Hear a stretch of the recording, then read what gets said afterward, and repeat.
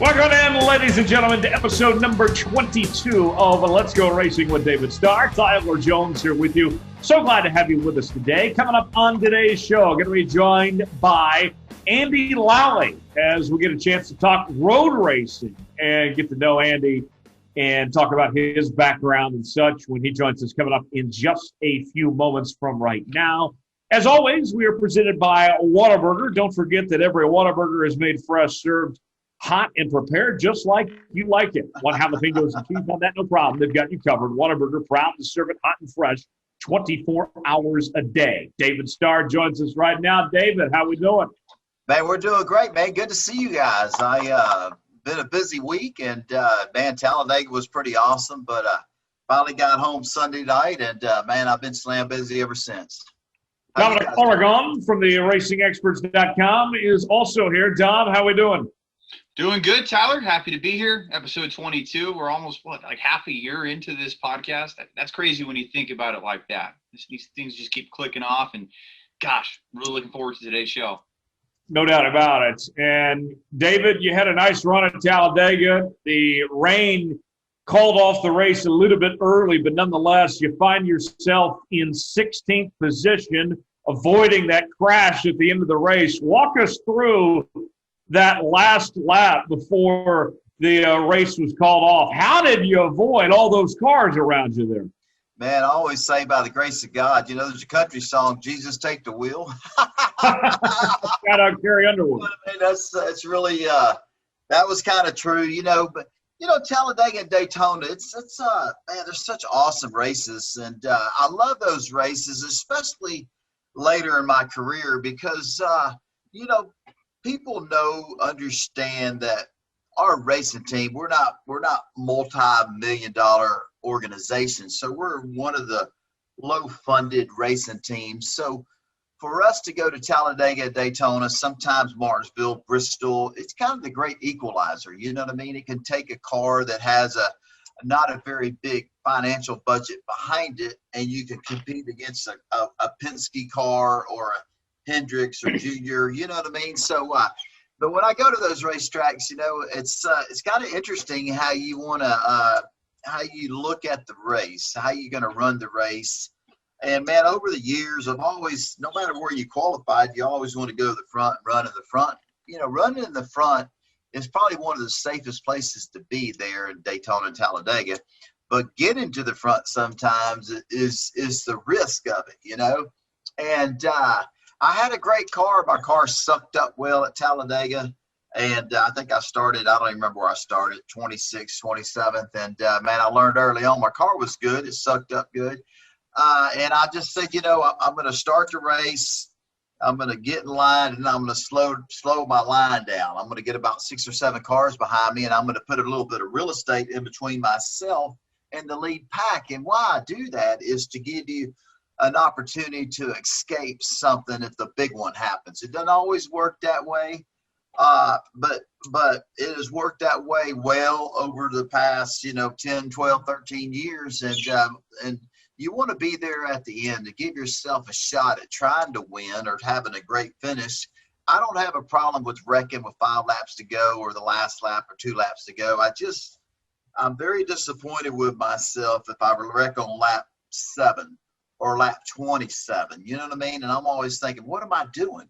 But you can see when you're up there racing with that lead group, man, when you're, the guy that's leading the deal, the lower lane will get a run, and the guy on the outside will cut off the guy on the bottom. And it wasn't 3 or 4 years ago. I had a great car and was running in the top. I was running third at the time, and man, the guy in front of me I was actually running behind the leader. And we had a little bit lead. The inside lane was coming, and the leader right in front of me turned left to block the inside guy from getting a big run. And, dude, it created such a big wreck, took me out of the race. And I was thinking, why? What was the purpose in that? But talking about Talladega Saturday, I was very conservative. I didn't want to start really racing hard until about 8 laps to go. Like you were saying, they said 20 laps to go, and I kind of wanted to see what I had with some stronger cars. And I was just running behind the lead pack. I passed about 4 or 5 of them, And I came off turn 2, and all of a sudden, man, all hell broke loose. And I don't know exactly what happened, but they were spinning, and my spotter was telling me, hey, ease up, go high, go low. And like I said, Jesus took the wheel, and, and he got us through that. There was luck. And then before we ever got the race started again, the rains came. And I believe we ended up 16th, and I thought we were better than that. When I say I passed 4 or 5 guys on the lap before the wreck happened, I was just testing to see what I had, and I had somebody behind me helping me, and I was pretty happy with that. I think when the wreck was happening, man, I was on the brakes doing whatever I could do, and I think 5 or 6 of those guys that I had passed that blew back by me, you know what I mean? So they gave us 16th. I thought it was better than that. But, man, that's just Talladega and Daytona. I was just disappointed because I wanted to be there at the end to run for a greater finish than 16th. But, all in all, we can sit here and say, hey, 16th's not very good. But they could have started the race back up, and 5 laps later they could have had a big one, and then I could have had a car that was a throwaway car. You know what I mean? So Carl Long was happy. Hey, we got out of there with the top 20, and it was great. It was a good race. And, man, I was really glad to see Jed Burton finally get him a win. So that was kind of cool to see that happen. Yeah, certainly so. And we're looking forward in the future having Jeb on the show and such, and that'll be great to talk to him. But I got to ask you real quick, that wasn't the only time you were on track this weekend. You also made a trip over to Coda, an overnight red-eye to get over there from Talladega. Tell us about getting back at Coda once again. You were there in the off-season as well.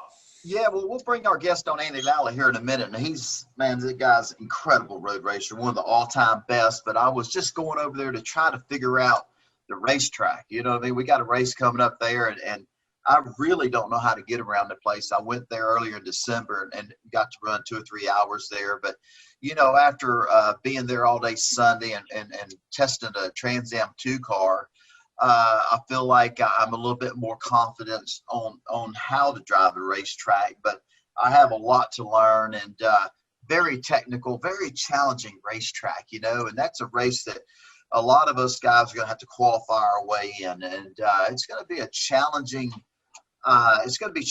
to even make the race, but I felt like I needed to learn the racetrack a little bit more. But anytime you start turning start turning right, you got elevation changes, and you're shifting gears, I'm lost. That's just the facts, So hopefully I helped myself a little bit. We can make that race here in about a month, So, yeah. But, man, was a busy weekend, a fun weekend, and it was awesome. That's great to hear. Now we're going to bring in Andy Lally. And, David, before we bring in Andy, tell us what the folks at home need to know about Andy. Give him the grand introduction. Well, probably one of the nicest, hardest, one of the best road racers I know, of all time. You just look at – I know Andy Lally. He's a great guy. He's a great race car driver. But I looked up – I never looked him up, looked at what his accomplishments are, man. And I wrote it down. 1994 Gold Cup champion, 1996 NESCCA Road Rally Series champion, 2001 Grand Am Rolex Series champion, 2004 Grand Am champion, 2004 Grand Am champion, 5-time Rolex 24-hour Daytona champion. On and on and on. Owns Grand Am records, most GT wins. It just goes in. We could sit here for an hour and talk about his accomplishments, you know what I mean? But, and one heck of a NASCAR racer. I remember when Andy won the 2011 Rookie of the Year in the NASCAR Cup Series. The guy's just done it all. He's amazing. Like I said, I consider him probably the best road racer in the United States to present now. But I'm glad to have him on our podcast, and welcome to our show, Andy. Thank you very much. That was quite an introduction. I don't know if I can take ownership of best road racer in the U.S., but I'm proud to be able to do what I do and thankful for being able to do what I do. And when I can kind of cross over and jump onto the NASCAR side, that's where my dream of racing started back when I was a kid.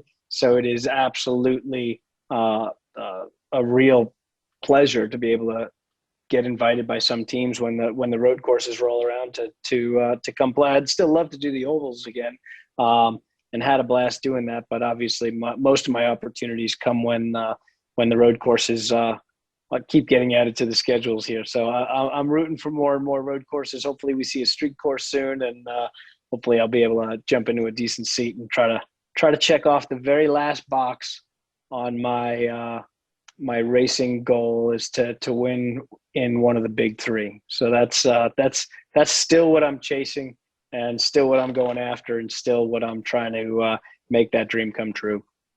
And if I was a betting man, I would bet that you're probably going to get one of those big threes, sometime in the near future, And man, it's just it's cool to have you on our podcast. Thank you.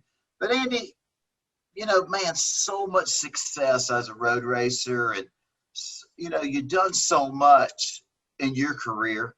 And your career still, you're still going hard at it, which is really cool. But can you share with us a little bit about, man, take us back to the start.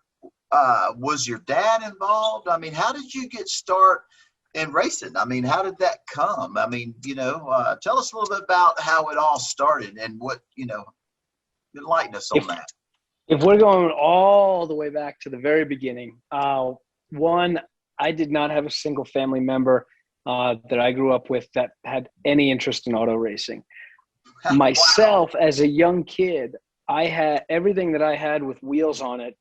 And I've told this story 100 times, but I'll tell it again. Everything I had with wheels on. We lived in a young neighborhood. It was a lot of young families. And everything that I had with wheels on it, from my Fisher-Price little 6-wheel truck to my wagon to my big wheel, I would push up this big grassy hill that was like between a bunch of the houses and stuff. And I would like ride that thing down the hill. And I'm 3-4 years old at this point. I have vague memories of this. I've got a bunch of pictures of my grandma standing at the top of the hill, like waiting for me, my dad with me. And I would just ride down, and they must have just been like, this kid is so simple. I blast down the hill, and then it takes what seems like, forever and a whole lot of energy as a kid pushing your big wheel back up that hill. And one day my neighbor, where his garage was near the top of that hill, came out of his house in a garage. Came out of his garage in a go-kart, and he was zooming across, and I noticed the speed, and I was 5 at the time. Mm-hmm. And I noticed the speed, and I noticed that it's a little car, and that he's not pedaling, he's not pushing, he's not whatever. And so your brain at that point is like, I just remember being like, what essentially is starstruck, like David, his name was David, is in a little car, and he got to the top of the hill, and he zoomed down the same hill that I just went down in my big wheel, but like way faster. But then the coolest thing in the world happened. He turned around, and he stayed in his go-kart, and he went back up the hill all by itself without having to push the thing. And my mind exploded.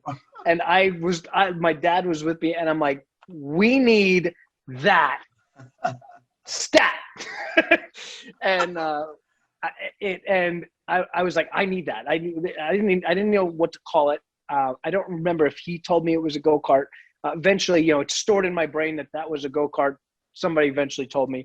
I just thought it was a kid in something that looks sort of like what I ride down the hill, but it goes up the hill without me having to take an hour to push it all the way up the hill to enjoy 15 seconds of craziness going down the hill. So at that point, I started bothering my parents for a go-kart. And that conversation went like, can I get one of those? And it was no. And then I'm like, how about when I'm 6? No. How about when I'm 7? And the negotiation started until I just got annoying. And I got up to, how about when I'm 10? He's like, fine, when you're 10, you have a go-kart. Shut up. Let's go back inside. And that concluded the day. And I'd seen the go-kart a few more times. And it was electrifying to me. It was everything. And I got into racing, but just casually because, so this is like early 80s, and there's no YouTube. There's no, everything I see in racing is whatever's on TV. There's no cable back then. There's none of this stuff. So like I would catch the Daytona 500 and some big races, and occasionally I remember seeing the Indy 500, but not being like super stoked on it. But my early racing heroes were like Richard Petty was definitely one of them. Bobby Allison was one. Neil Bonnet. I wanted to be in the Alabama gang before I could point to Alabama on the map. And that is that's my love of racing went from this kid's go-kart to NASCAR. And I had no idea how to get there. I had nobody I grew up in New York on Long Island, and the circle of friends that I had in the area that I lived, nobody raced anything. The East Side, out east at Riverhead and a handful of guys. Steve Park grew up not too far from me, but like I wasn't in that circle. So my plan wasn't so much a plan. I finally got a go-kart when I was 12 and started racing when I was 13. And it's really a crazy story. I played sports growing up. I still play everything, but like I played organized sports. The last thing that I was in was soccer. And when I was 15 years old or 14 years old, I went to my soccer coach that I'd been playing for years and years. And I'm like, Coach, Mr. Pete, I got to quit. And he's like, he's taken back because he's like, man, you've been playing your whole life just about. And I'm like, well, I'm going to be a race car driver, and I race go-karts now. And we race on Sundays, and the soccer games are on Sundays. So naturally, I'm going to have to quit soccer because I'm racing. I'm going to be a race car driver. He's like, you're going to be a race car driver? And I'm like, yep. And he's like, how you going to do that? What are you going to? And I'm like, I don't know. I'll figure it out. He's like, do you know I'm a crew chief for an SCCA team? And I'm like, what is SCCA? And no, that's awesome. And through that relationship, I got my soccer coach back into go-kart racing. He raced go-karts back in the 60s when he was a kid and was just like way into it. And I got him back into go-kart racing, and we did that for about a year and a half or two. He did that for about a year and a half or 2 years. And he introduced me to the team owner that he works for. And sitting at a diner over just a handshake deal, after BSing for about an hour and a half, he made me a 3-race offer to be his teammate in the car that he owns.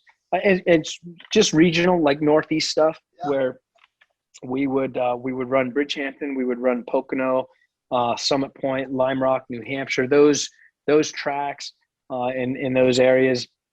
Nelson Ledge is out in Ohio.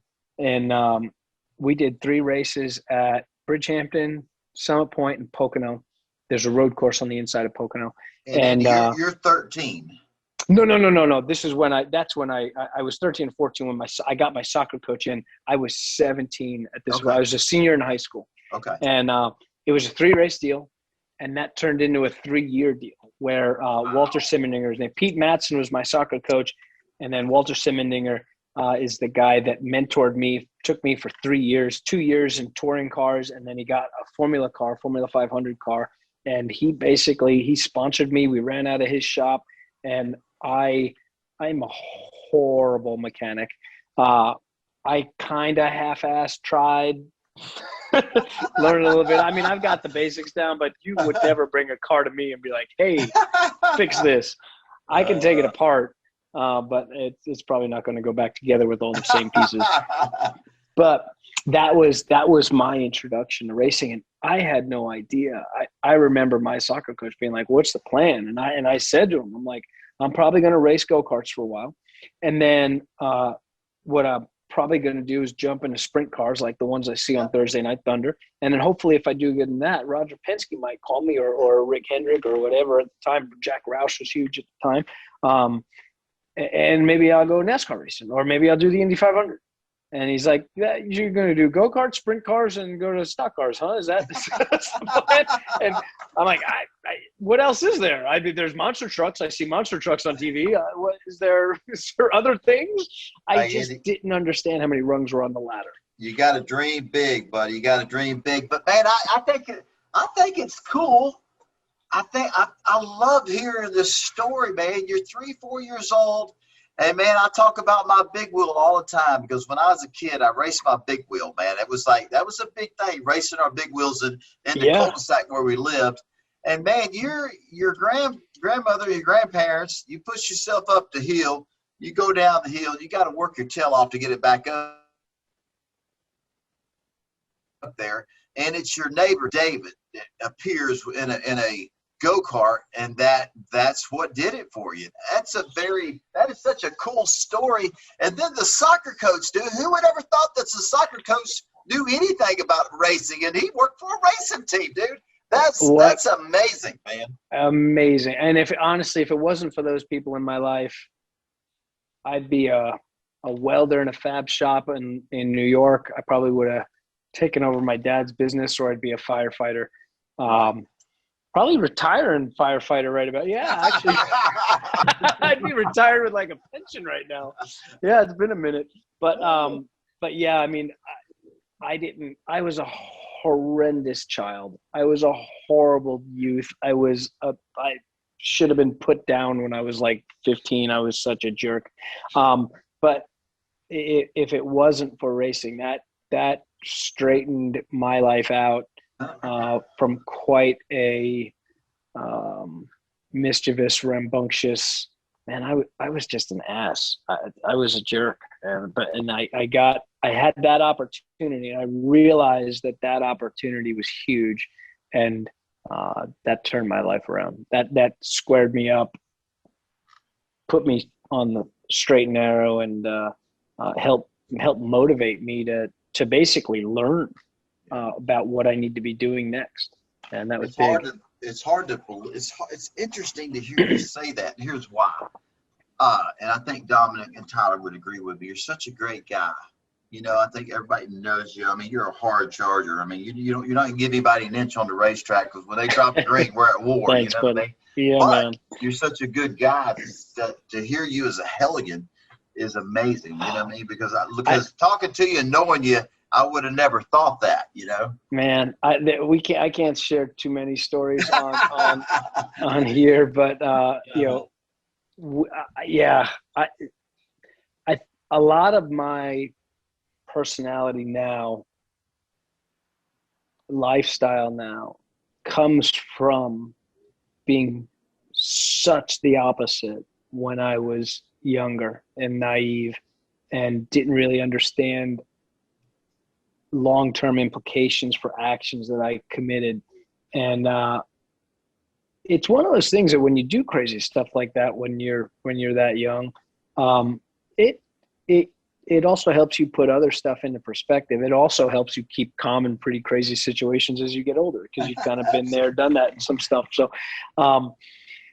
it definitely, I give a lot of young people a second chance and the benefit of the doubt often, because I can see how much I changed. I mean, I really can't put into words. Is this PG-13? Yeah, you're good. You're good. Okay. I can't put into words how much of an asshole I was when I was a kid. It's tough. And but there was a light bulb point. There was a point where finally, after lesson after lesson after lesson, after bad example and bad example and bad example, and the wrong friends and the wrong group, and not always being innocent, it was the light bulb went off, and it changed. So I try to help convey that message to others. It's tough because I'm sure somebody tried to convey that message to me. And man, when you're just that dumb and thick-headed and on a charge, like you think you know what's going on at a you know, in your middle teens, there's some people, there's no help until they see their own light. So yeah. But I'm thankful for that. I'm thankful for those things, and thankful for coming out the other end switched and a better person for that, and able to be empathetic in a lot of situations where I find myself in a middle ground in a lot of arguments where I can put myself in everybody's shoes because I've been in a lot of different pairs of shoes. So yeah, it's definitely been quite a journey so far. Sounds like it. Yeah. Well, Andy, along that journey too, you made your first NASCAR National Series starts in your early 30s in 2007 in the trucks and the Xfinity. What was that journey like to that point to be able to make those first starts in the National Touring Series? So cool. My first NASCAR start was with JTG. Before it was JTG Jardy. They were in the Wood Brothers shop, sharing the back of the shop. And I had pressed every team owner that I worked with for years and years and years on the sports car side. Like, hey, you should try stock car racing. You should try. And I finally got one to try and do that. And there was JTG. There was only 2 road course races on the schedule at that time in what was the Busch Series, Xfinity now. And that was Montreal and Watkins Glen. And they had a driver that was a great short track driver. I'm just blanking on the name. Kelly Byers. Yeah. Good dude, really good short track driver. Was doing good on the speedways, but just didn't ever have an opportunity to drive a lot of road course stuff. So I got to jump in the 47 Clorox car before AJ was in it, before Ambrose was in it, and I got to race that car at Montreal and at Watkins Glen. And so I did Busch before I did truck or anything like that. And we were running really strong at Montreal. We were in the top 6 or 8. Ambrose was my teammate. So my first race was that crazy race at Montreal with Robbie Gordon and Ambrose and everybody doing Tagliani, doing like 3 guys doing donuts at the end because they all won.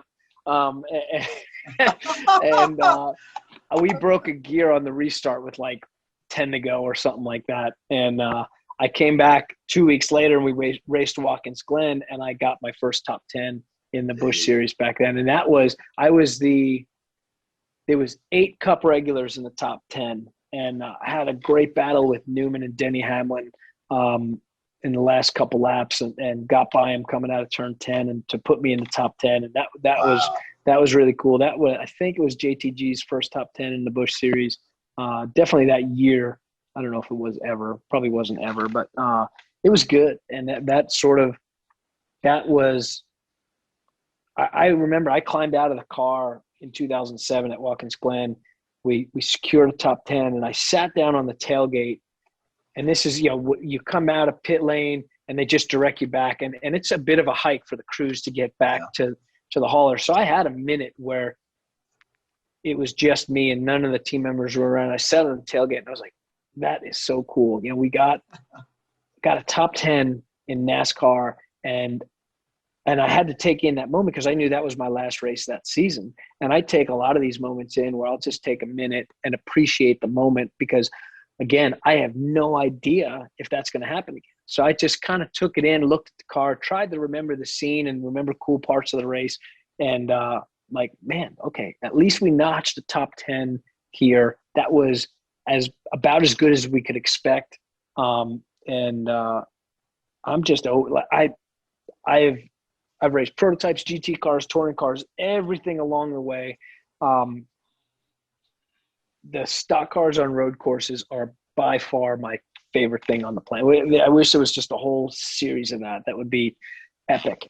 And it's just so much fun that I appreciate it. And even up to this point, after the 2 races last year, I get out of the car. We had 2 top 5s in 2 races, and it was like, holy cow. Awesome. That's the first time I've gone back-to-back top 5s, and it was like, that's pretty cool. And maybe this is my last race ever. Who knows? Have no idea. But, live in that moment, appreciate that moment. I always say that this is not fun for me in the race. The race is thrilling.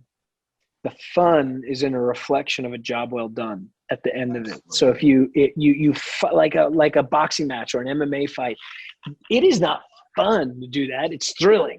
It's exciting. It's a challenge. It is a brawl. It is a knockdown, drag out race. And at the end of it, if you've accomplished what you've accomplished, that is a fun moment to reflect then. But your focus has to be too laser to really be having fun in that sense of the word. Man, I am awesome at going off on tangents. So hey, sorry. we love it. We love it, man. That's Okay. we hear the passion, and dude, it's amazing. I mean, in 2007, when you sitting there reflecting by yourself, and I mean, that's it don't get much better than that. Your first NASCAR race or your second NASCAR race with a great organization. I mean, finishing it was probably their top 10. That was early on in their career also as a team. And that was a big deal, man. Did you think, man, maybe going back to when you were a kid wanting to be part of the Alabama game when you didn't know where Alabama was, that might have been, man, I might be. I mean, this is a possibility, and it wasn't too much longer after that. It was a reality, really. It was, and we'd done well enough that the team that we were working with, that we branched out on our own, and we bought the team owner bought Michael Waltrip's old stuff, or it was actually DW. It was Darrell Waltrip's racing stuff, and we went truck racing with. We had 3 or 4 old trucks, and just started going to those races. We only got 7. I got 7 races in the 2008 into the truck series, and they called me up and they're like, "Hey, we're out of money. We got to rent the ride out." And we ended up renting the ride out to a guy that had a space. It was a friend of mine. I was actually, I think I helped find him to bring him in, because I still wanted our mechanics and our guys that are hustling, working on the car, to have jobs and whatnot. And I knew I had a buddy of mine that had some sponsorship that was coming with him, and he was going to come in, and I wished him well. And at the time, that's when Kevin Harvick was running the trucks and had a really dominant truck team. And they had enough money then to buy some trucks from KHI. At that point, I was out of luck. That was it. I was on the sidelines. I immediately picked up a sports car ride again, and I figured, man, I gave it a shot. I'm still going to give it a shot, but probably that was my only full-time shot. And then did some part-time stuff here and there, stayed on the sports car stuff for a while. And then when Bobby Labonte was running with TRG at the end of 2010, there was something within the team there that wasn't right, and Bobby took off, and they basically turned it into a starting park. And they said, "Hey man, you've got I did one race that year already. I did the Watkins Glen Cup race, and they said, "Hey, you can start and park the last 5, and then you'll be potentially eligible for Rookie of the Year if we can find you a sponsor next year." So I got the start and park 5 races on ovals in Cup, and that's with so I did, at that point I had done 3 ARCA races: Milwaukee, Chicago, Kansas or something like that. I think we were Kansas. And then I did, Milwaukee, Gateway, Chicago. And then I did 7 truck races. So before I did my first Cup race, I had literally only had 10 oval races under my belt. I had done 3 late model races, and I'd done 2 Legends races. And that was the extent of my stock car career before feet to the fire, going to a single car Cup team with no engineer, buying 3-year-old Roush cars. And it was insanely uncompetitive. But you know what, Andy? You know what I want to say about that? I think it's really cool to hear what little experience you had in stock car racing when they called you up to run the Cup stuff. But it also says a lot about your skill set and your ability. They had confidence in who they were going to hire behind the wheel. So, even though you didn't have much experience on a NASCAR stock car type of a race car, you had tons and tons and tons of success. They knew you could get the job done. So they knew I was driven. Awesome. They knew I wanted it. Yeah. No, yeah. I am very thankful for their confidence in me. It was eye-opening. It was tough. Those cars are tough to drive. And this is the COT car. So this is a car, I didn't know any different. So nothing handles as good as the sports cars and the prototypes and the GT cars I drive. So I get in this, and sure, it handles like a dump truck with a space shuttle engine on it. But I don't know the difference from the old cars to the whatever. And, the trucks are flat like in half the places that we go because they make so much side force, and they don't have the power of the cup car. And you get in a cup car and, man, the thing takes off and it goes. So it's really cool.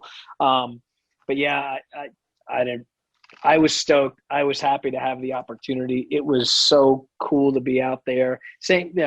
My first Cup start was crazy like that. 2009 was my first Cup start. They brought me in as a second car to David Gilliland. David Gilliland had a new sponsor that they had found, Tax Slayer, which now we see it on RCR and junior cars and stuff. That got taken from us right away. But David David was a Go Homer and I was a Go Homer. And we only got like halfway through practice, and both David and I had an issue. Like the cars just didn't unload really good. And we changed some stuff around and kind of threw the kitchen sink at it for qualifying. And I think we went two different directions on the setup, and David's car was just a mess. He ended up unfortunately missing the show, and he had gone before me. So in 2009, they let the regulars qualify that were locked in, and then the Go Homers would all go in line at the end. So I guess track conditions would be fairly similar. And that made sense. But David was like one of the first guys out in the Go Homer line, and Kevin comes over, he leans in the window, and he's like, "David didn't make it. You better do this." And I was like, I've been waiting for this moment my whole entire life. No one's putting more pressure on me, but you're going to lean in the window and tell me that, like literally as my hand's like on the ignition, like, okay. Man, that's awesome. Yeah, but we stuck in the field. We stuck at 15th, which was like, they just started screaming as we crossed. I thought the lap was good. Okay. Like, I'm like, okay, I came through 10 and 11, hit the gas, and, I'm like, okay, just one more shift, grab fourth gear. And you're like, I think this is good. And then they just started screaming on the radio. That's awesome, man. I knew that meant that we were in. And then Watkins Glen, you go through turn one and you do a U-turn, and they're still screaming. I think they're all high-fiving each other. Nobody's telling me what the hell's going on. And I pull up to get out of the car, and Boris Head had qualified just like a couple cars in front of me. So he was getting out of the car, and he comes over and pats me on the back, and he goes, 15th, that's pretty awesome. And I was y'all like, 15th? Race. We're y'all 15th? Y'all won the race right there. The race ain't even started. Y'all won, man. My mom is in tears, like right behind the fence over there. It was insane. It was one of the coolest moments of my life. Yeah. I mean, we out-qualified that day.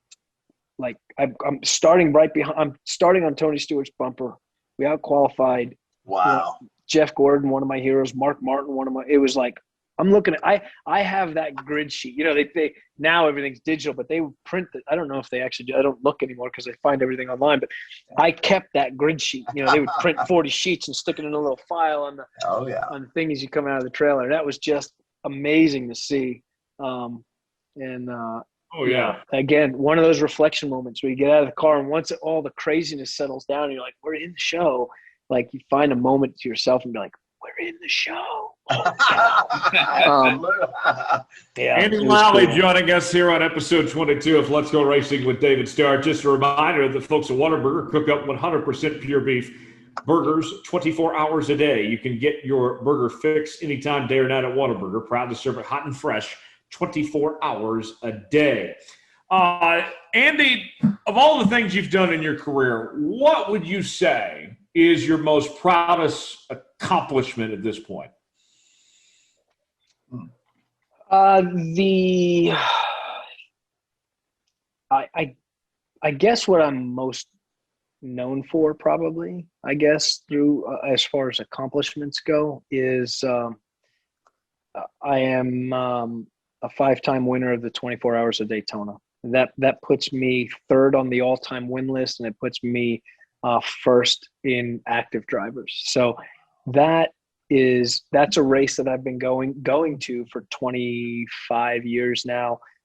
It's a race, obviously, that is the crown jewel of North American endurance racing. So to come through a tunnel at Daytona, come out the other side, look right to see the grandstands like I always do, look left to see turn 4 if it's not blocked by campers there already.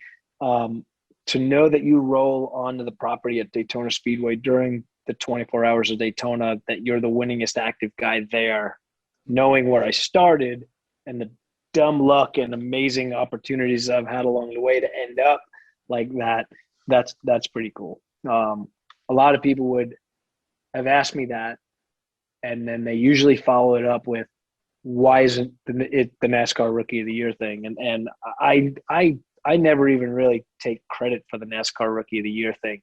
I didn't even do the full, I skipped, we had a driver, Hermie Sadler had that Virginia's for Lovers sponsor. And he took both Martinsvilles and one of the Charlottes. And then I didn't do Homestead. So I only did like 30 or 32 of those races that year. I can't remember. Nobody was full-time. Brian Keselowski, TJ Bell. There was somebody else in there. I'm ashamed that I can't remember right now. But none of us were doing full-time stuff. So we were rookie of the race for every single race that I was in. So that was cool. But like you had, Keselowski was running even a lesser budget than we were running. We were running on a tiny budget relative to the big dogs. He was running something really small. TJ was running something really small. And so you can't really look at it as that sort of accomplishment. It's an honor, huge honor, really cool to add my name to, Jeff Bodine was a Rookie of the Year. All these guys, like Jeff Bodine was one of my favorites when I was younger because he's a New Yorker and whatnot. And so to look at that list and see my name on the list is really cool, but I don't, that's not something that I beat my chest about. So Andy, I was going to stop you because I want to just say this. Being a NASCAR driver myself for 24 years, being the 2011 Rookie of the Cup Series Rookie of the Year, there's, like you're saying, Jeff Bodine, that is a huge honor. There's only so many people in the world can say, hey, I'm a 2000 whatever, 1990 whatever, or 1970 whatever. I mean, all these superstars, all these legendary guys, I mean, that's a huge honor, you know what I mean? So that is really cool. I know you don't beat your chest to it, but to have your name implanted forever as a Rookie of the Year in the NASCAR Cup Series, it's a big deal, man. It's a big deal. It is huge. I have that trophy with front and center with a lot of my other trophies. Absolutely. I'm proud of it. It was so cool. It is. I relate that year, that whole season, as two things I say about that to put things into perspective. It was the most enjoyment I've had being absolutely miserable for an entire year. So I am so thankful for that opportunity. But oh my God, was that humbling and frustrating, but an amazing learning experience, and I wouldn't trade it for the world. The analogy I use to try to put it into perspective, and again, we had amazing people working at that shop. you just can't compete with cubic dollars like No. that.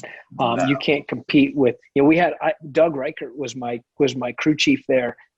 It's him. We got an engineer like 2/3 of the way through the season, and the engineer showed up and he's like, "Where's the pull down machine?" And he's like, "We don't have a pull down machine." Like, how does a cup team not have a pull down machine? Absolutely. And it's like we get in for, like, Doug knew a bunch of guys at Roush, and we would get, like, the front end set up off of David Reagan's car. We get the rear springs and shocks off of Bill. Like, we would mix match stuff, and he was doing so much with so little. It's like getting a chance to stand at home plate at Yankee Stadium. Absolutely. And they hand you a wiffle ball bat. What you better swing away. Don't bitch about your bat. You just stand at that plate, dig your feet in, and you swing like hell, and hopefully something cool happens. Be glad for I swung like hell. Nothing cool happened though. So, Andy, what's kind of cool is you just talked about somebody. You know who my crew chief was just Saturday at Talladega? Tell me, Doug. Yes, sir. No way. That's so funny. Absolutely, man. So I love Doug. Awesome, man. Awesome. Good But, man, stuff. It's unbelievable, man. It's so Cool. awesome to hear your stories, man. That's amazing. David and Andy, real quick, we got time for about 2 more questions before we need to move on. Dominic, go ahead. Oh, no, I mean, I was just going to ask Andy, I'm backtracking like 10 steps here, but those TRG days when you were running a race in 2009, you do the qualifying, you replace Bobby Labonte. I mean, did you ever think back and think, wow, I'm replacing the guy that won the Cup Series championship 10 years ago, and here I am in the 71 car running week to week to finish off 2010? I will never say that I replaced Bobby Labonte. I got to drive after Bobby Labonte drove the 71 car. Yeah. Bobby left on his own terms, and there is no replacement of Bobby Labonte. So I wouldn't say that. But having the opportunity to get into a seat that was freshly vacated by Bobby was really cool, and it was definitely something that again was another holy cow eye opener. Like we go to I think my first race, fortunately, was New Hampshire. So I had at least driven the road course at New Hampshire. So I'd gone through 1 and 2 on the oval at New Hampshire before we dip into the road course and go outside of the track and come in. But at least it wasn't like a Charlotte or a something where you're like wide open until 2:05 and then just breathing out of it, no break. It was 2 hairpin turns. I drive hairpins all the time. It's cool. I can set this thing up. I've got a brake marker. I trail into the corner. I get back on the gas. It was at least something that was for having, like, we didn't test. I was racing a Porsche the whole year up until like September. And then they're like, get in the car. And it's like, okay, are we going to test? No. Okay, cool. So there's a 90-minute practice session, and of which for people that, if you're listening to this podcast, I'm sure you're way into racing. But still, when you get a 90-minute practice session, that in reality, that probably equates to like 14 minutes of driving time. Yeah. And in one of those, so you do like 12 minutes of driving, and then they're like, okay, you ready to do a Mach 2 run? You're like, okay, like, I don't know, am I? Probably not.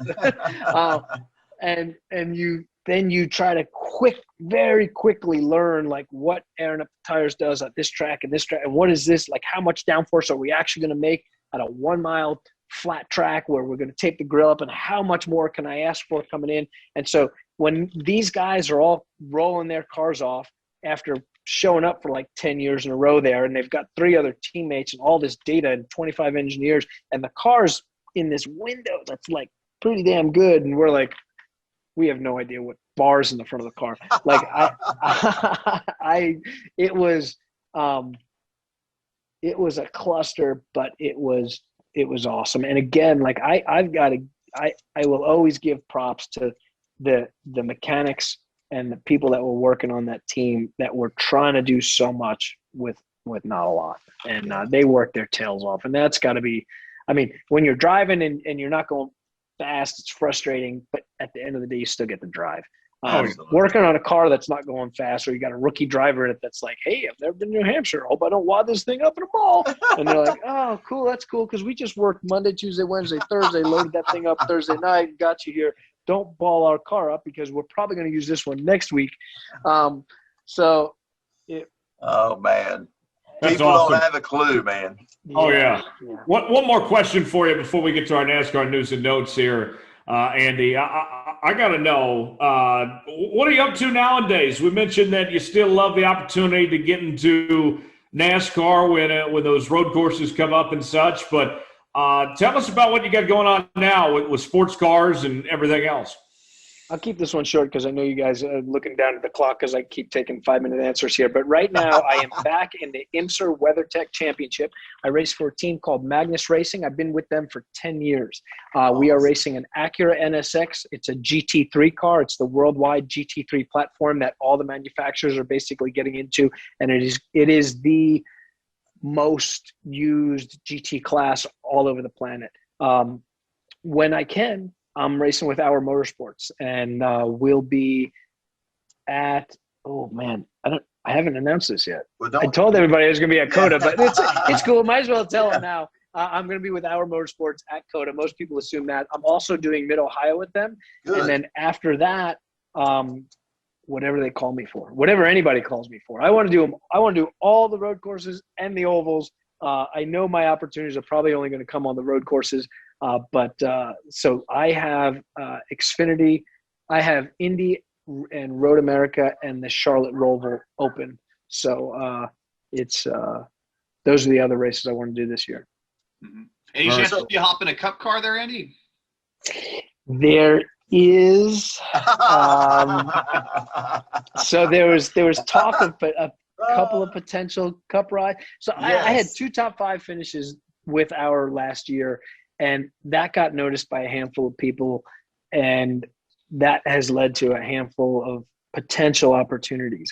There's a really cool potential opportunity for Sonoma right now. Good. But Sonoma is on the same weekend as Mid-Ohio. So I would have to find a flight from – no, I'm locked into Mid-Ohio. We've got a sponsor for that. My guys, PCL Construction and Energy Air and UCC – are on board for that, and they've been great. So I'm definitely not bailing out of Mid-Ohio. But if I can find a flight from Mid-Ohio to Sonoma overnight, it looks like there's a teeny chance I might get to do a cup race. I really want to do a cup at Road America, though. Okay, well, you can borrow David's private jet. You got one of those? Cool. Hey, Andy, I think you're probably going to find a flight, buddy. That's pretty awesome, man. We're excited for you. We're excited for you. We're all fans of yours. You have what you've done in the road racing world, just all your accomplishments. But when I think of when somebody says sports car racing, road racing, I think of Andy Lally. You know what I mean? That's just what I think of. One more quick question, and then we'll move on to what's next, what Tyler has for us. Who's your idols on the road racing side? Who was some of those guys that you looked up to and studied and all that kind of stuff?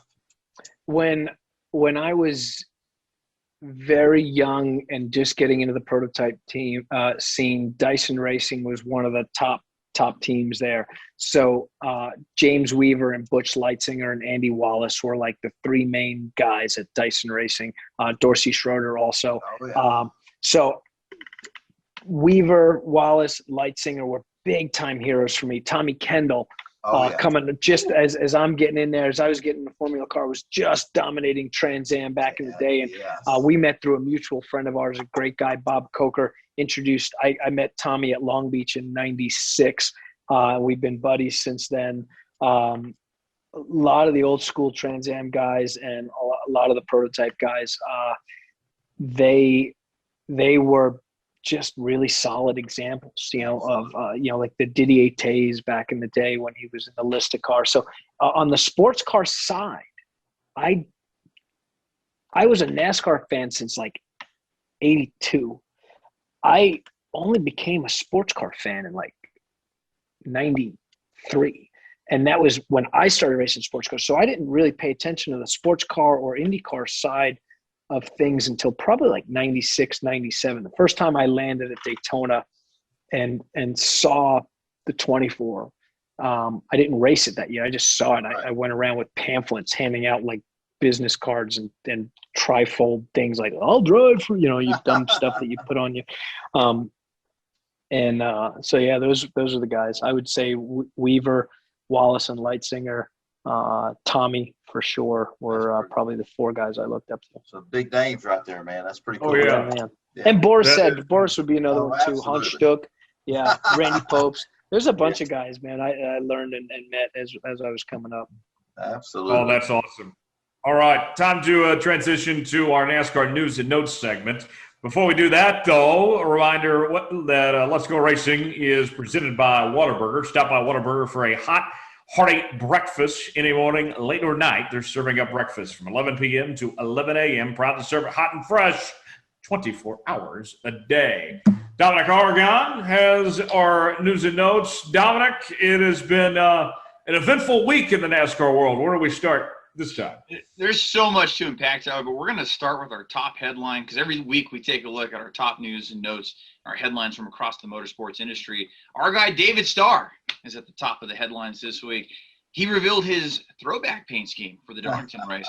David's going to be throwing it back to Richie Evans, the number 61 stylized font with the Whataburger colors. David, tell us about that paint scheme and tell us about how that's all come together, because that's a pretty cool, sweet-looking ride. And if you're watching the YouTube version, you see the paint scheme right now. It's pretty cool. Well, actually, can't really take the credit on that. Carl Long came to me and said, "Hey, man, Richie Evans this, Richie Evans that." You know, I know Richie Evans. He's from up there around Lally, where Andy Lally was born and raised. Yep. And, man, he was a king up there. I mean, he won so many modified races. He was the man, you know. And to be able to honor somebody of that stature, it's a big honor for myself, you know. I mean, to you know, it's like, man, you want to live up to somebody's image and their winning ways, you know what I mean? It's a big shoes to fill, but what an honor it is, and I'm thankful to Carl Long, my owner, for bringing that opportunity to us. You know what I mean? So I'm sure Andy knows all about him. You know, so. Oh yeah, very cool. That car's gonna look awesome. Yeah, no doubt. Andy, do you have a favorite throwback that you've done of some sorts over the years? I do. I ran the 07 Bobby Dotter car. I love the throwback weekend, but I don't get to race at Darlington. So pretty much anytime I can ever get into a race and have any sort of influence over the scheme, I try to make it a throwback scheme. So I've done 2, and they've both been really good results. So I ran an Alan Kwiecki throwback in 2017 with the 07 with Bobby Dotter, and we finished 5th at Mid-Ohio with it. And then we ran the 02. I keep getting these cars with zeros starting them. And I was a huge Mark Martin fan back in the day. Yeah. And so the Stove company that sponsored him back then, we turned the 02 knockaround sunglasses car into that paint scheme. And both of those, we got top 5s with both of those. So it's like, I need to run a throwback every single chance I can. And that seemed, we're 3 for 3 with throwbacks. With the 2 with the 02 and 1 with the 07. And that 07 looked special. Really, really cool. They did a good job on that wrap. And, honoring Kwiecki and then a throwback to Mark Martin was really cool. Man, that's a big deal. I want to say one of my all-time favorite throwbacks. And like you, Andy, I love those throwback weekends. My hero, my friend, AJ Foyt, Bill, to have a throwback with AJ about 2013, man, that was really cool. And Andy, speaking of your buddy Mark Martin, it's kind of funny. I was just sitting here, I had some extra pictures on my desk, and I was just looking at one in Victory Lane when I won in Martinsville years ago. One of the first drivers there was Mark Martin, and I didn't even realize I had a picture. I was like, man, that's pretty cool. That is awesome. I mean, he's such a class act, great race car driver, and man, what a great guy, man. So that's pretty cool. That is awesome. Yeah. Dominic, you got any favorite throwbacks? Well, because just like Andy, my favorite driver, and I know him personally, is Jeff Bodine. I loved when Casey Kane threw it back to him with the All-Star Racing ride. I believe that was 2015, and then the Levi Garrett paint scheme in 2017. I might be mixing up the years on that, maybe not, but whenever they throw it back to Jeff Bodine, man, I'm all on board. This wasn't a throwback weekend. It was a special event at Daytona. I think it was at the time the Nationwide Series. I loved when Dale Jr. drove the 3 Wrangler car to victory lane at Daytona. That was special. That was very cool. Yeah. That was cool. Also on the news and notes side, Dominic, Brad Keselowski getting his first win of the year. What a race on Sunday for him to get that done. Matt DiBenedetto was leading with 1 to go, and then chaos ensued on the final lap there in overtime. Exactly. Kind of the heartbreak kid there for Matt DiBenedetto over the last couple of years. Great opportunities to potentially win. He's led a lot of laps over the years. Looked like he was a shoo-in to win on Sunday, and the last lap of overtime certainly did away with that. But 10 races in, 9 different winners. Martin Truex Jr. is your only repeat winner, 10 races this far. David, we were talking, I think, 5-6 weeks ago. We were saying we could hit that 16-win mark by the time the playoffs start, 26 races in. Do you still think we're going to hit that?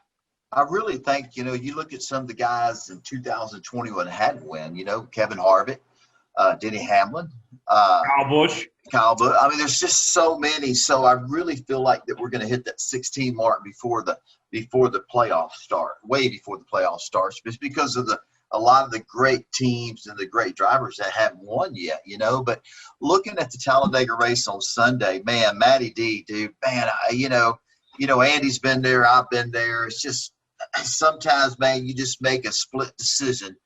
And he thought the run was coming from the outside, and man, you make the best guess, and it's just, sometimes you just make the wrong move at the wrong time. But I feel like that Matty D, his win's going to come. His win's going to come this year. He's so close, and man, I felt for him. You know what I mean? It's like, man, I was cheering for him. But man, what an incredible race. It was just a great race, but that's just Daytona and Talladega. You think you're putting yourself in the right position. It just ends up not being the right move, but Matty D's win's going to come, and I'm excited for him, and I'm excited that he's driving for the Wood Brothers and is going to have a shot at winning the race in 2021. Andy, what'd you make of Sunday's race? I am moving, so we don't even have cable hooked up yet. I was just scrolling through Twitter and paying attention to where that was. So unfortunately, one of my favorite races to watch, I didn't get a chance to participate in viewing this weekend. But I was keeping up with all the craziness. I loved racing Talladega when I was there. I for years I've been saying that Keselowski is the best restrictor plate driver of all time. And I know that's going to burn the ears of some of the Earnhardt fans from back in the day. But Keselowski, in my opinion, is probably the most intelligent driver in the field, just, IQ wise, probably. And he is able to come up with strategies and plans, even in the different forms, whether it's the tandem or back in the day when they first started his first win with Denny, pushing there and hooking up and learning to push and blowing through the field, and then figuring out how to pass that guy that he's been pushing. And then when he's in the opposite position a few years later, where Kyle's pushing him to the line, and as they go into turn 3 on the white, he jumps down and purposely breaks the draft of the car pushing him instead of waiting until he's a sitting duck at the finish line. And then he weaves back and forth because he knows, he learned, he paid attention. He's so good at figuring that stuff out. And then you get to a race like this where maybe this one, the cards fell the right way. It wasn't like he was super dominant or whatever, but he was in the right place at the right time. And when you do it 6 times, this was the 6th win, tying the greats for most wins at Talladega. And he's still got so many years left in his career, hopefully.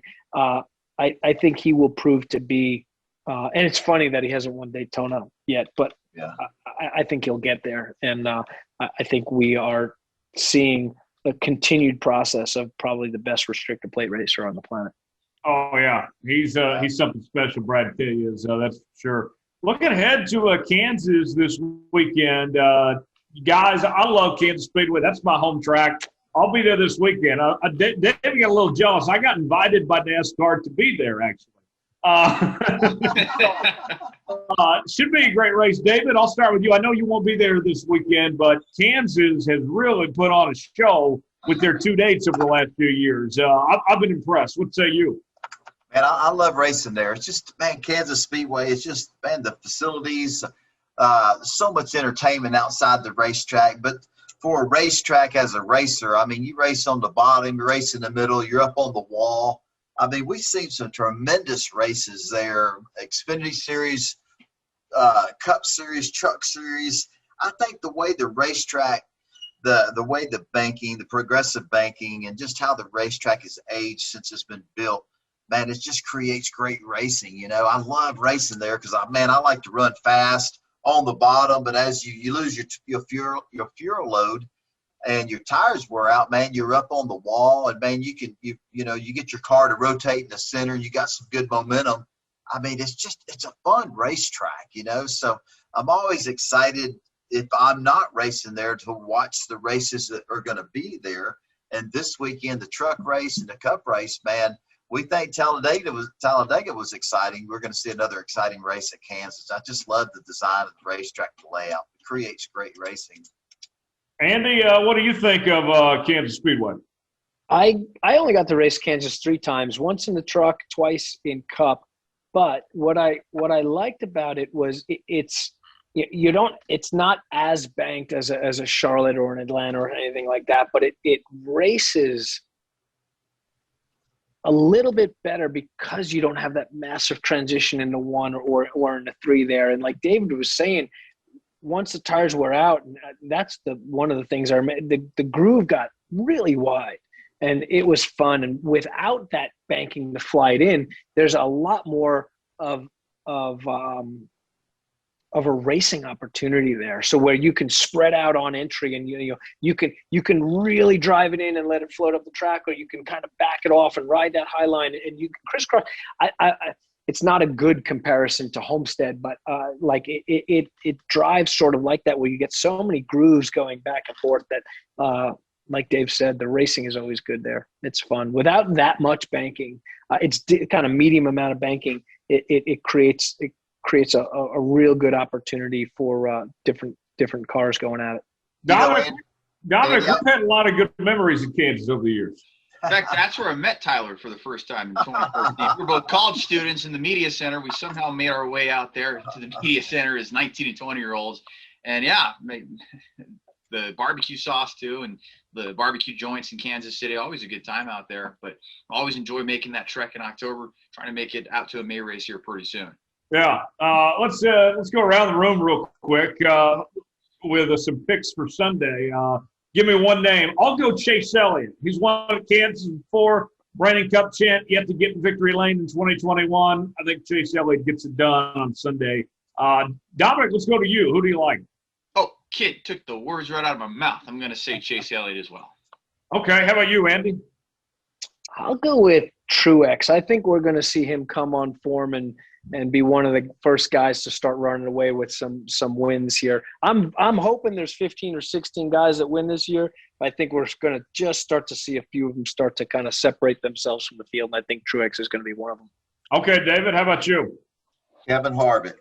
I just to run so good last year, you know, that Stuart Haas organization and just all the knowledgeable people and just everything that team has. I'm just waiting. Kind of what Andy was saying, you know, they're going to break out and win a race soon. You know, it's so surprising to me how strong they were last year to win 9 races and to miss the chase after winning 9 races. I just, you know, there's so much knowledge, there's so much passion. You know, there's a lot of competition, but I'm just waiting on Harvick to have a breakout race, you know, and I'm just thinking, the next race, you know what's going to happen. I'm just, I'm going to put my money with Kevin Harvick. Okay. There you have it. There's our picks for this weekend. Final segment before we get out of here today is our Ask David segment. We ask you to submit questions to us on Facebook, Twitter, and by email. You can find us facebook.com/David Starr Podcast, Twitter @Star Podcast, and by email at davidstarpodcast@gmail.com. And this segment brought to you by Whataburger. Don't forget that every Whataburger is made fresh, served hot, and prepared just like you like it. Want jalapenos and cheese on that? No problem. They've got you covered. Whataburger, proud to serve it hot and fresh 24 hours a day. First question in the inbox. This comes from Steven. This one's to Andy. And Steven wants to know, Andy, it's a two-part question, and it is, how often, Andy, do people get you mixed up with Rick Allen? And how often do people butcher your last name? I have never had a Rick Allen confusion. I get Andy Pilgrim a lot. We both did some GM stints there. So I've literally had I've been wearing my suit with Andy Lally on the belt, and someone has come up to me and asked for an autograph. And then while I'm signing, they tell me how much they love the Cadillac. And I look up, and I'm like, I never drove the Cadillac. And they're like, oh, yeah, no, there's with Angelelli. And I'm like, you're thinking Andy Pilgrim. That happens twice a year, without a doubt, all the time. It's insane how often that happens. The second question, I forgot it. What was it? How often do people butcher your last name? Often, fairly often. It's fairly often I get my name Lally most of the time. I try to simplify it. It's like Valley but with an L. Lally. Andy Lally Racing, if you follow me on Instagram, or just Andy Lally on Twitter, by the way. I can see the Rick Allen comparison, though, guys. Really? I guess I can see it now. Yeah. No. Maybe that's funny. Maybe now I'll hear about it. Maybe as I'm getting a little older, I'm changing shape here. Okay, the next question in the inbox. This one comes from Bill. Bill wants to know, hey guys, with Andy being the big road course guy he is, what is your favorite current road course on the NASCAR schedule? Question for both of you. We'll start with Andy. Hands down, without a doubt, it's Watkins Glen. VIR is a close second. I really hope they get a NASCAR date soon for trucks or for Xfinity before the Cup deal starts. But Watkins Glen forever, hands down. There's no hairpins. I can't stand hairpins. They should be illegal. Every corner should be fast, and that's Watkins Glen. How about you, David? What's your favorite road course? Well, man, I'd have to say Watkins Glen. You know, growing up as a kid, kind of like what Andy was talking about earlier, you know, when on Sundays, you know, after I've been racing my dirt car Saturday night, you turn on that ESPN and it's Watkins Glen, you know what I mean? And but man, the races they've had there and the battles I've seen at that racetrack, and then finally, you know, when you're so thankful and blessed to get the opportunity to go there for the first time in race, but man, there's no other road course out there like Watkins Glen, you know. And my second best one is Mid-Ohio. I kind of like Mid-Ohio. It's different, very technical, you know. And so Watkins Glen would be number one. Mid-Ohio would be second. And, you know, hearing Andy talk, some of these other road courses I've never been to before, but those, you know, Watkins Glen is my favorite and Mid-Ohio is my second. You know, both great racetracks. Road America is also another great one. It races really well, and it's a very tricky lap to get right. So that's another one at the top, and really cool to see Cup going there this year. Dominic, what's your favorite road course? I think just because I've been there, and it's the only road course I've been to, at least for a Cup race weekend, Sonoma Raceway. Well, I've been to the Roval, too. I don't know if we're going to count Charlotte and Roval. But Sonoma's a pretty cool little trip. Wine country. I mean, Andy, what was your 2011 experience out there like at Sonoma, or the times you've run the Cup race out there? Did you get to have some fun and go sightseeing?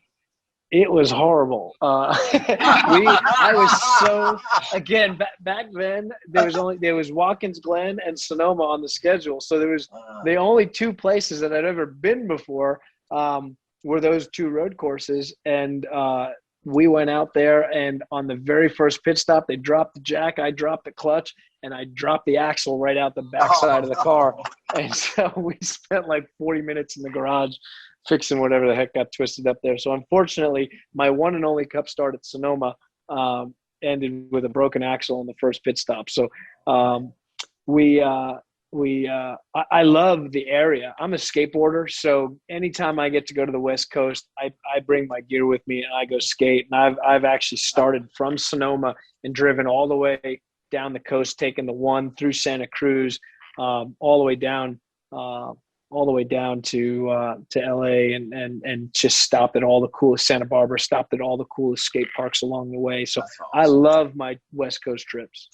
Awesome, man. Man, I would say for me, if I got to go on historical precedent, Watkins Glen's provided the most exciting races, but I'm looking forward to Dakota. I mean, the challenge it's going to be for those drivers and see how difficult it is. I'm all for it. Give them hell. Let's have a great show. It's going to be wild. It will absolutely be wild. It will frustrate a lot of drivers, and it is tricky. And it's without it having all 3 series there, it's going to make for quite an amazing highlight reel. Yeah. All I can say, there's one word I got: challenging, challenging, challenging. It's hard. And myself, I'll be there reaching out to Andy with some help. Oh, yeah, buddy. I'll hook you up with some notes. And real quick, too, guys, with F1 announcing that they're going to have the U.S. Grand Prix in Miami and the COTA race being in doubt in the future for F1, there's a real opportunity, it seems, for NASCAR at COTA to really establish, kind of take over that place. Is that what you're thinking here, Andy, too? I think they got a chance. I can't see COTA not bending over backwards to do every single thing that they can to keep F1 there. It will be their bread and butter for quite a bit, at least, until they realize that the fans that are going to show up for the NASCAR race it's going to be even better and more packed, because NASCAR is way better than F1. So there'll be actual passing going on at COTA instead of just driving through pit lane. Oh, that's all. Hey, man, we get it real here, man. Yeah, man.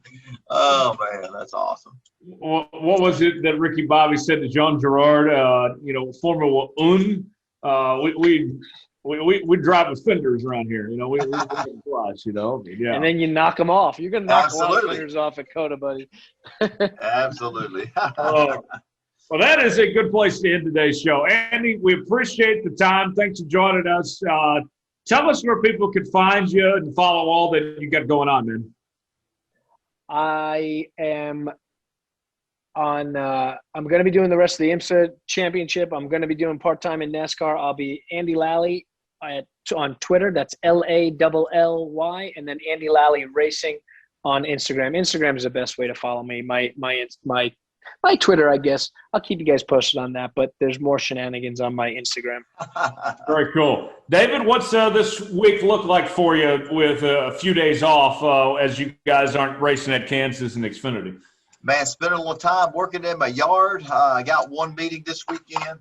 Going to take my boys. We're going to go to the Texas Motor Speedway and spend a couple of days out there watching the Indy cars run and just catch up being a dad and a husband. You know what I mean? So a lot of exciting stuff with the family this weekend, mixed with some cool, different type of racing. So fun weekend to have a weekend off with the family.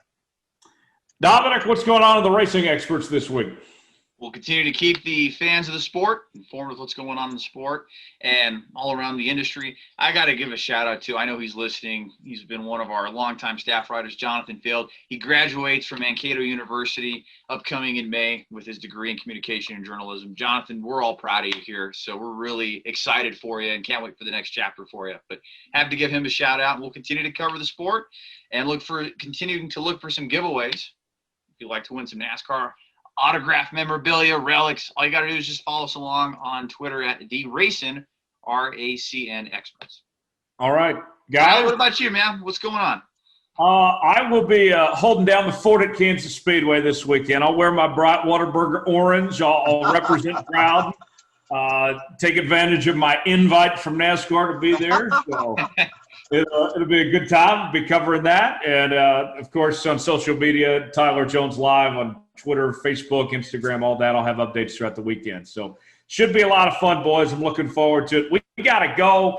Make sure to subscribe to Let's Go Racing with David Starr, Apple, Spotify, Google Podcasts, YouTube. Leave us a 5-star review or don't leave us one at all. Like our posts on YouTube. We certainly would appreciate that. Share with a friend or 2 or 50. We would love to hear from you. Also on the social media accounts, Facebook.com/David Starr Podcast, Twitter @Starr Podcast, and email davidstarrpodcast@gmail.com. We will put the checkered flag out on this episode. Next week, the one and only Mario Andretti joins us as we kick off an exciting month of May here on Let's Go Racing. We will see you then. For David Starr, Dominic Aragon, and Andy Lally, I'm Tyler Jones saying so long. This has been another edition of Let's Go Racing. We'll see you next week.